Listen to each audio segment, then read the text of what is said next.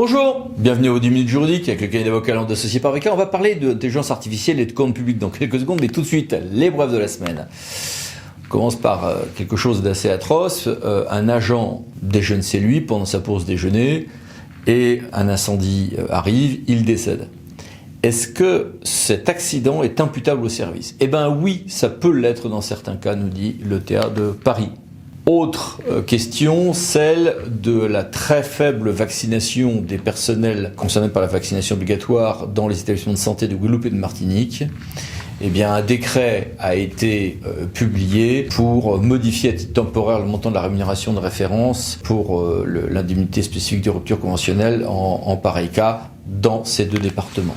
Et puis, un arrêt amusant de la CA de Paris sur l'alcool au travail, fonction publique militaire. Est-ce qu'il y a une inégalité de traitement entre officiers et les autres pour la restauration quand certains de l'alcool et pas d'autres ? Restons sur les bouteilles, mais en plastique cette fois-ci. Comme vous le savez, la loi AGEC nous disait qu'il fallait les recycler à terme. Vaste sujet. Eh bien, le ministre Christophe Béchu, sous la forte pression des associations d'élus, a reculé lors des assises des déchets de Nantes. Il a annoncé le report de l'échéance en ce domaine. Pas de consigne obligatoire en 2024, on fera un bilan en 2025, et puis le ferait-on que ça serait peut-être de manière différenciée, par exemple région par région, et avec une possibilité de zonage de tarification incitative. Bon, très bien. Déchets toujours, le Conseil de santé publique a actualisé ses avis et recommandations sur les déchets d'activité de soins en matière au regard de la Covid. En matière d'institutions et de politique, le Rassemblement national n'était pas content d'avoir été classé à l'extrême droite dans les circulaires sur les nuançages. Il a fait un référé, il a perdu, le Conseil d'État, au regard de ce qu'un recours en référé, nous dit donc que oui, c'est un parti d'extrême droite. 2. La Commission nationale des comptes de campagne et financement politique a des relations dématérialisées avec les mandataires des partis. Celle-ci évolue par un arrêté publié au JO. Et surtout, la grande annonce de cette semaine, c'est celle faite par le président de la République le 28 septembre à Ajaccio. C'était attendu, nous disant qu'on va annoncer une révision de la Constitution permettant à la Corse de voir reconnues ses spécificités.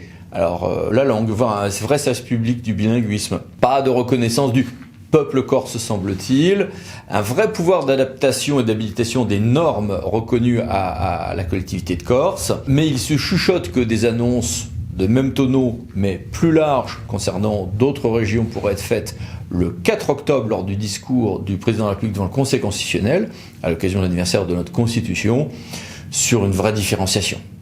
À suivre.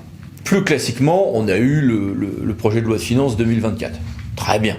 On peut le lire. Youpi.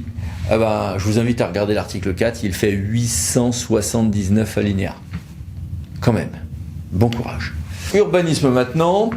On sait ce qu'est l'autorité de la chose jugée, mais quelle est l'autorité d'un jugement annulant un permis de construire ? Ça peut y avoir différentes conséquences. Tout ceci est étudié et pas mal changé par une décision du Conseil d'État du 21 septembre. Et puis la liste des constructions temporaires pouvant être réalisées sans formalité évolue avec un décret du 22 septembre. 22 septembre toujours, le Conseil d'État nous dit non, c'est pas par un référé mesure utile qu'on va demander au Conseil d'État que celui-ci enjoigne au tribunal administratif sur le terrain de se dépêcher. Non, c'est pas comme ça que ça marche. Plus conséquent mais moins rigolo, est-ce que je peux faire des référés suspension à répétition, façon mitraillette ? Réponse, oui, comme ça avait déjà été jugé pour le référé précontractuel. Après, on peut avoir des amendes pour recours abusif dans quelques cas rares. Mais que se passe-t-il si à chaque fois il y a un pouvoir en cassation ?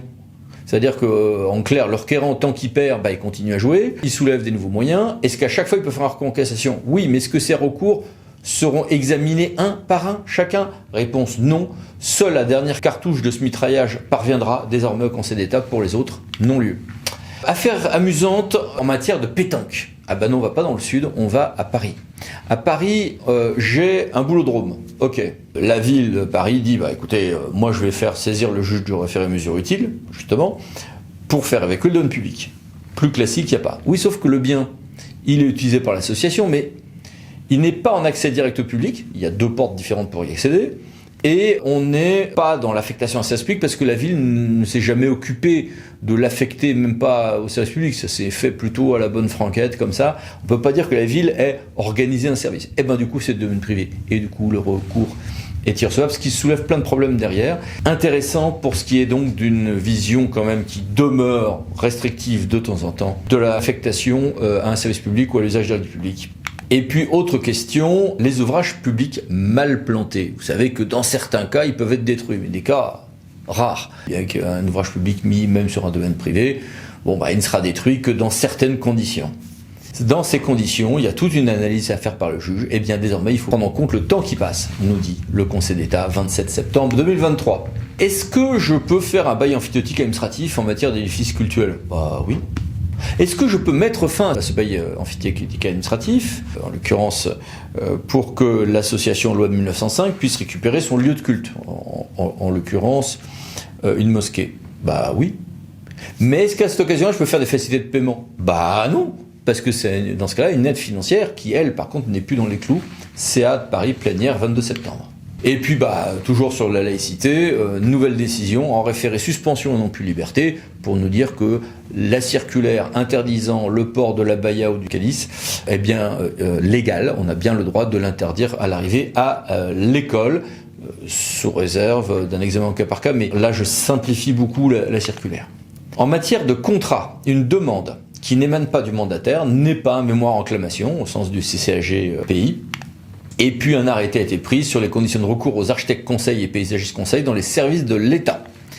Et puis les mini-brèves, que voici. Et que voilà. Mais passons à notre grand dossier, intelligence artificielle et la commande publique. On s'est tous amusés à regarder ChatGPT et quelques autres outils d'intelligence artificielle et on voit que ces outils qui autrefois étaient basiques deviennent potentiellement importants. Avec toute une série de limites aujourd'hui, mais on voit l'évolution de la société et des outils sur ces sujets. Ça impacte notamment la commande publique et j'ai voulu me tourner vers Jérémy Bacalian qui a beaucoup travaillé là-dessus. Bonjour monsieur. Bonjour Eric. Première question, en quoi l'IA va-t-elle changer les étapes du sourcing et de la passation en commande publique ? C'est pour moi une réelle opportunité pour la commande publique de manière générale. Je voudrais préciser au préalable qu'elle ne se limite pas aux outils de type ChatGPT, comme on peut connaître depuis le début de l'année, la fin de l'année dernière, de type génératif, qui sont vraiment librement accessibles, mais qui posent des questions en termes de données, en termes de sécurité des données, qui n'est pas vraiment assurée. Alors qu'à côté, en fait, il y a des nombreux éditeurs de logiciels qui proposent déjà certaines formes d'IA. Donc, pour cette question spécifique, pour le voir à quel niveau l'IA pourrait aider au stade de la passation, prenons le sourcing, justement, c'est une étape essentielle qui est située en amont du processus achat. Mais concrètement, aujourd'hui, que fait l'acheteur quand il veut le faire un sourcing ?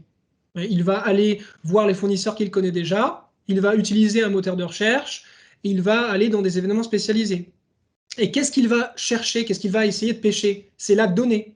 La donnée qui est soit en surnombre parce qu'il y a énormément d'informations sur le marché fournisseur, ou alors elle est en trop petite quantité parce qu'on ne connaît pas les fournisseurs ou ils sont en situation monopolistique. En fait, le nerf de la guerre, c'est de pouvoir analyser, exploiter la donnée. Et aujourd'hui, on a déjà des éditeurs de logiciels qui proposent cela.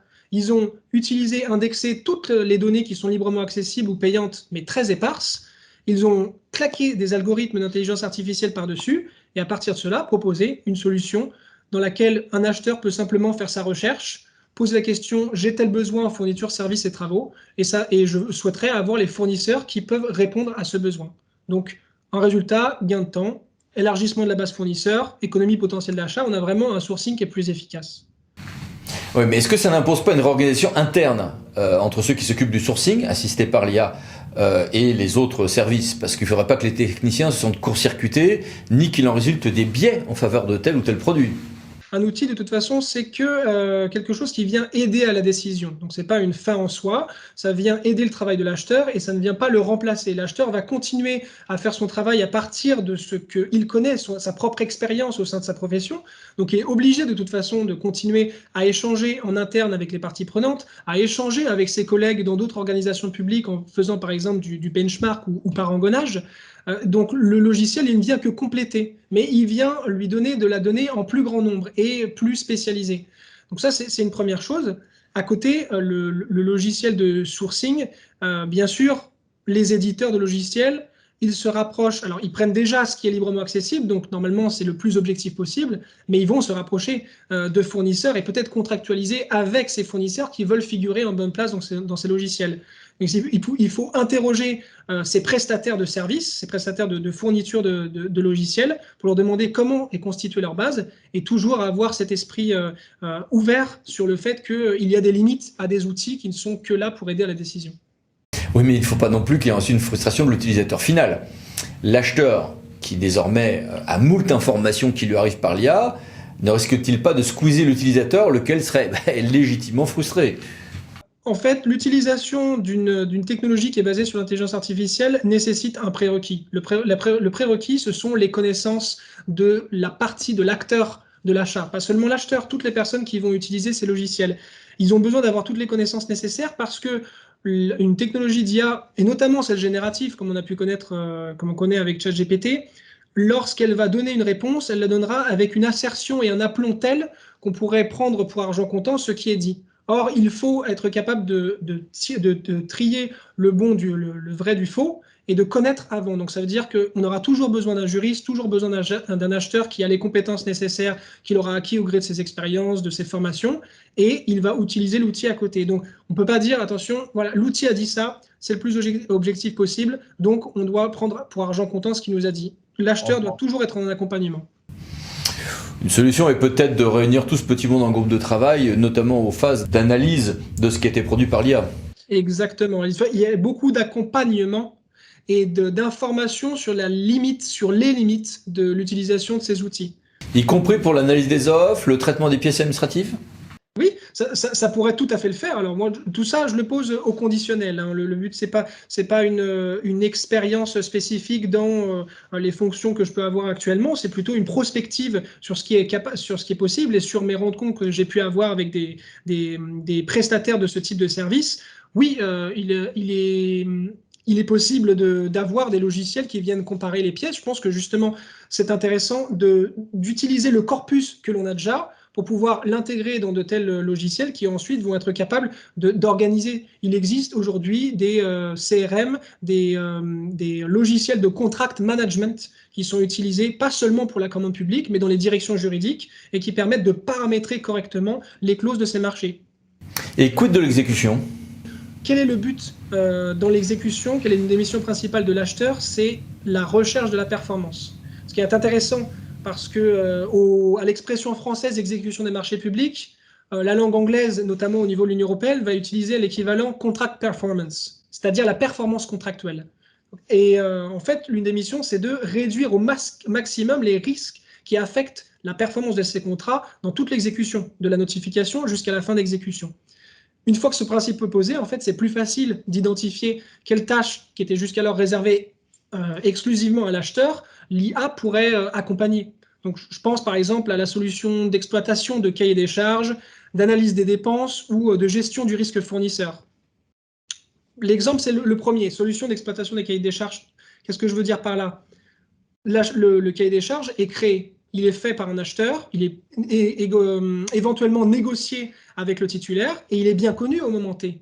Or, qu'en est-il dans 1 an, 2 ans, 3 ans, 4 ans? On arrive vers la fin du marché, on ne se souvient plus forcément de toutes les clauses parce que soit ce n'est plus le même acheteur, ça peut être d'autres gestionnaires, d'autres acteurs de l'achat qui vont vouloir voir ce contrat, eh bien, ils peuvent ne plus s'en souvenir. Et comment on exploite une donnée qui a été faite à un moment T? Eh bien, justement, un outil qui utilise l'intelligence artificielle peut, à partir des données du contrat déjà constitué, venir reprendre les clauses spécifiques. Je veux activer ma clause de réexamen, ma clause de pénalité, de règlement amiable des différends. Eh bien, j'interroge en disant, voilà, quelle est là où les clauses pertinentes? Il me semble que c'est une bonne opportunité. Bon, et puis il y a aussi la question de savoir comment acquérir de l'IA en commande publique, ce qui est une autre question. Mais cette question-là, tout comme les autres, je crois qu'on va se revoir beaucoup plus longuement au forum Comundi, c'est ça? Tout à fait. On en parlera en décembre à l'occasion du grand forum Comundi. Eh bien, il ne me reste plus qu'à vous remercier. Merci beaucoup, monsieur. À très bientôt. Et merci à vous. À bientôt pour d'autres vidéos et notamment les 10 minutes juridiques dans une semaine. Parlant d'associés, pensez à vous abonner. Merci, au revoir.